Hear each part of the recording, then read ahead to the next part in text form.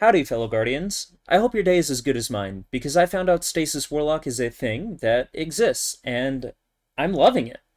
For a while, I've written off Stasis in favor for, well, you know, but for when I'm not trying to sweat my brains out and be an Omega level gamer, I found something that I really enjoy for a lot of content in the game.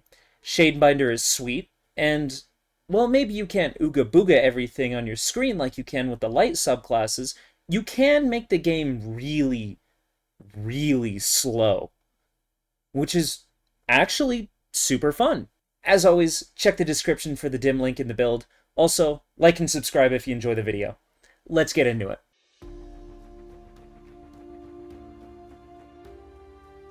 Off to our aspects. First, we'll have Glacial Harvest. Freezing an enemy will create Stasis Shards, which by themselves will give us melee energy, but can also do so much more at the same time as well. Our other aspect is Ice Flare Bolts. When we shatter a frozen target, we'll get small seekers that freeze nearby enemies. These two together create something beautiful, as we can turn even one frozen enemy into an entire horde of enemies struck with frostbite. Plus, we get a ton of stasis shards to boot. Fragments here are incredibly flexible, so I'll talk about my favorites, but feel free to experiment. This is a build that can be customized to any playstyle. First up, we have the Whisper of Conduction, which will suck up any stasis shards that are nearby and give us a ton of melee energy. With some newer additions this season, this can also get us charged with light. I'm a lazy player, so the vacuum is super convenient and one less thing I have to worry about. Then we have the Whisper of Fissures, which is the big one. The size and damage of our stasis bursts are increased whenever we destroy a frozen target. This allows us to create huge chain reactions of a ton of shatter damage.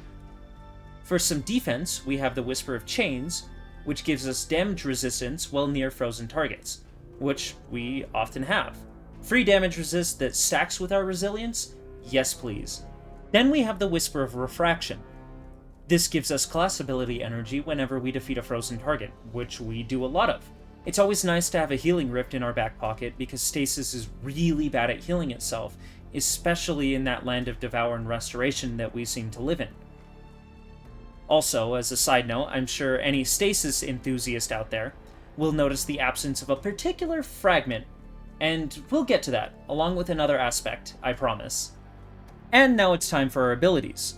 First up is our class ability in Healing Rift, so that we can heal ourselves. The subclass isn't set up to be able to do that, so that's always nice. Then we have Burst Glide. Anything else is worthless, and you can't change my mind. This is a hill I'm willing to die on. Penumbral Blast is our melee, which is actually really strong. The stasis shards we create refund a lot of it, and it's also another source of freeze, which is really nice. Our grenade is going to be Cold Snap Grenade, which sends out a little tracker on the floor that finds enemies and freezes them. It's important that we use this grenade because it will synergize with our exotic later. The ultimate is Winter's Wrath. It's nice because it gives us something to make everything chill out. But being honest, it's not the most useful super in the game. However, it looks cool and sounds incredible.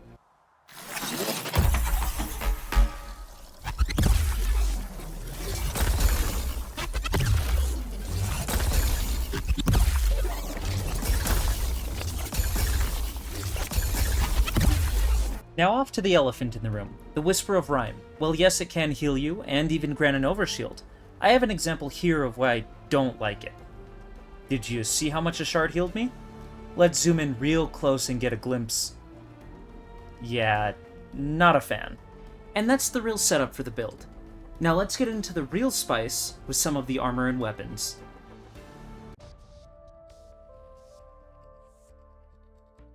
Our exotic of choice is going to be the Osmiomancy Gloves, because they do so much for the build. The exotic perk, Fervid Cold Snap, makes our Cold Snap grenades have an additional charge that recharge faster on direct impact. The Seeker spawned from Cold Snaps also travels further. Wow, that does a lot in one exotic and is the glue that sticks everything together. Weapons are really easy this time around. I'm spoiled because of my forbearance, but I can recommend literally any waveframe grenade launcher in the game because one shatter kill with it can chain to everything around it. Other than that, the option is yours. Tailor your weapons to your activity. Adapt, improvise, and overcome. Armor mods are also an interesting topic, as not all of them are particularly relevant when talking about stasis, as orbs of power can be harder to come by. But there are still some fantastic options.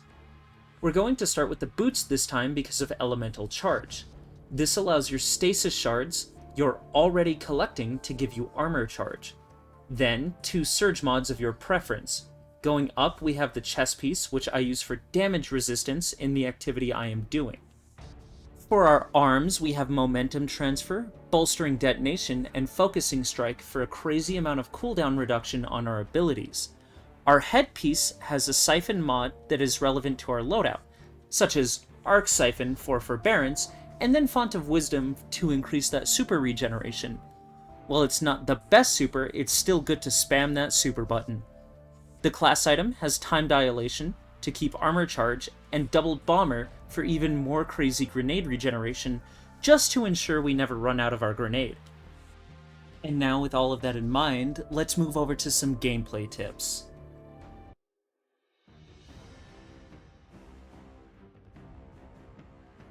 Because I feel like a Legend Lost sector is the base a build should be able to accomplish to quote-unquote be good.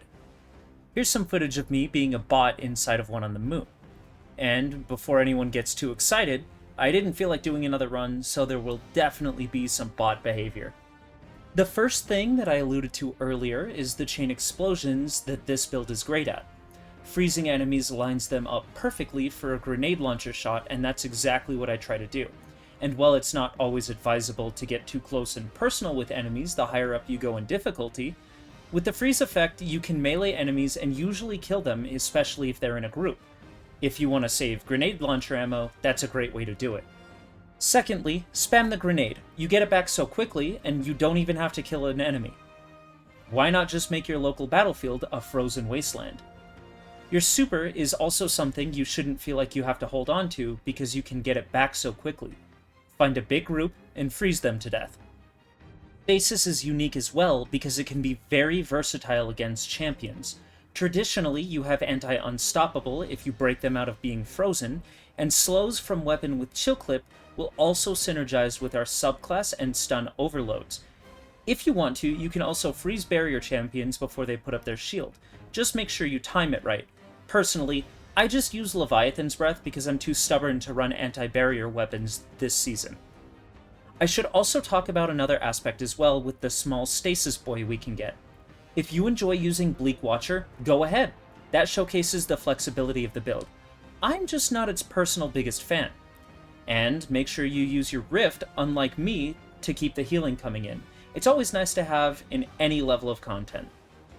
One thing to be wary of will be Strand's Suspend. If an enemy is suspended already, freezing them will break them of any crowd control effects at all. So just pay attention a little more to what you freeze if you have a teammate on Strand. You both can really mess each other up. Lastly, here's an important one. Play a little slower.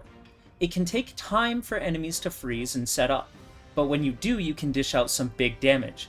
The biggest punt you can make with this build is to play it like a light subclass. A little extra time is what the build needs to really flourish, which is not a lot to ask because you can mitigate so much damage in the meantime. And that's pretty much it. These are most of the tips and everything that I've done to make Stasis Warlock work for me.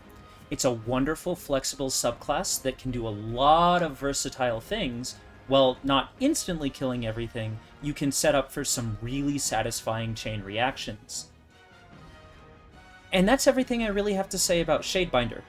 It's a fun, interesting build that does something different. It changes the pace of the game, which not a lot of other builds can say that they do. Other than that, it's a really nice change of pace from Solar Warlock.